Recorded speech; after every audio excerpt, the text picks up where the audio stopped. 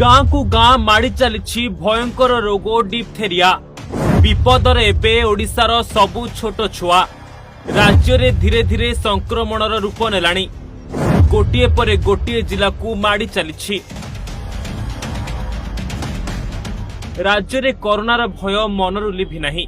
हजार हजार लोकंकर मृत्यु होई जाइछि।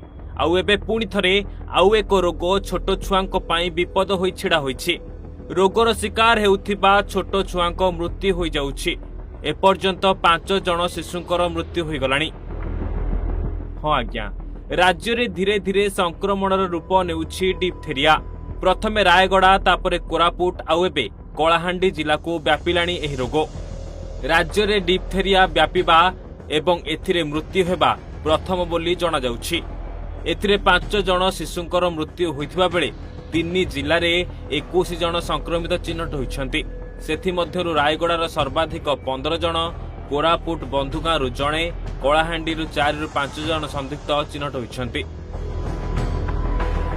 डिप्थेरिया छोट पिलांक पई काळ पालटिछि।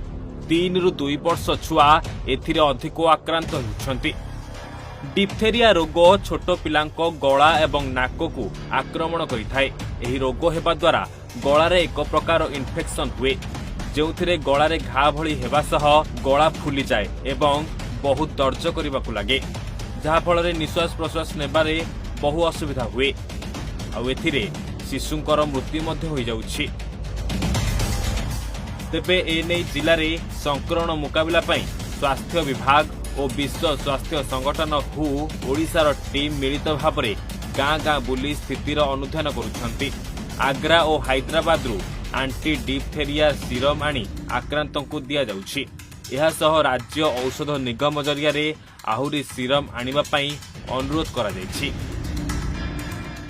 अपरपक्षे डिप्थेरिया संक्रमण बढ़िबा परे बुधवार ठारू रायगड़ार काशीपुर ब्लॉक मुनुस पदरे डिप्थेरिया बूस्टर डोज टीका देवा लगी स्वास्थ्य विभाग निष्पत्ति नेछि। राज्य परिवार कल्याण निर्देशिका डाक्टर संजुता साहू कहते जे वर्षकरू कम शिशु को पेंटा डोज दियाजिब, वयस्क पिलांकु टीडी डोज दियाजिब।